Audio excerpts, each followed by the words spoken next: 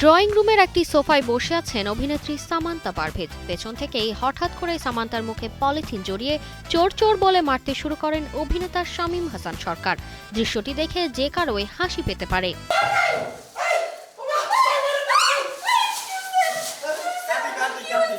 সম্প্রতি এমনই এক মজার বাস্তবতার গল্প নিয়ে দর্শকদের সামনে আসছেন পরিচালক নাজমুল রনি।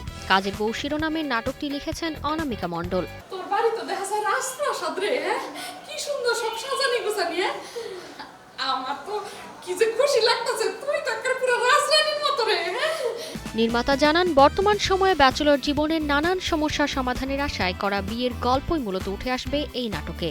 টানা তৃতীয়বার অর্জন করেছে দেশের সেরা সুপার ব্র্যান্ড স্বীকৃতি বসুন্ধরা টিস্যু। কমেডি ঘরানার একটা কাজ, খুবই মজার একটা কাজ। কারণ ব্যাচেলার লাইফে যেমন আমরা অনেক প্রবলেমে পড়ি, প্রবলেম থেকে উত্তরণের জন্য যেমন হয়তো আমরা চিন্তা করি একটা বিয়ে করলে হয়তো ওই প্রবলেম থেকে সলভ হবে বা আমাদের লাইফটা শান্তিপূর্ণভাবে আমরা কাটাইতে পারবো, এরকমই একটা গল্প। ভালোবাসার গল্প আমি অনেক ভালোভাবে বলতে পারি। আমার ম্যাক্সিমাম কাজই রোমান্টিক, আর রোমান্টিক গল্পগুলো আমার বলতে খুবই ভালো লাগে। নাটকটির কেন্দ্রীয় দুই চরিত্রে অভিনয় করেছেন শামীম হাসান সরকার ও সামান্তা পারভেজ।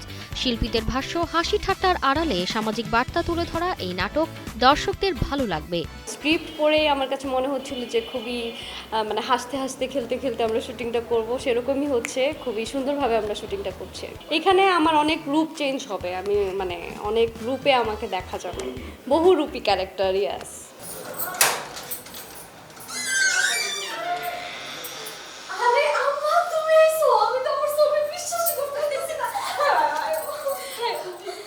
কাজের বউ শুধু একটি কমেডি ঘরানার নাটক নয়, এতে আছে সমাজের নানা অসঙ্গতি বদলে দেওয়ার মতো গুরুত্বপূর্ণ বার্তা।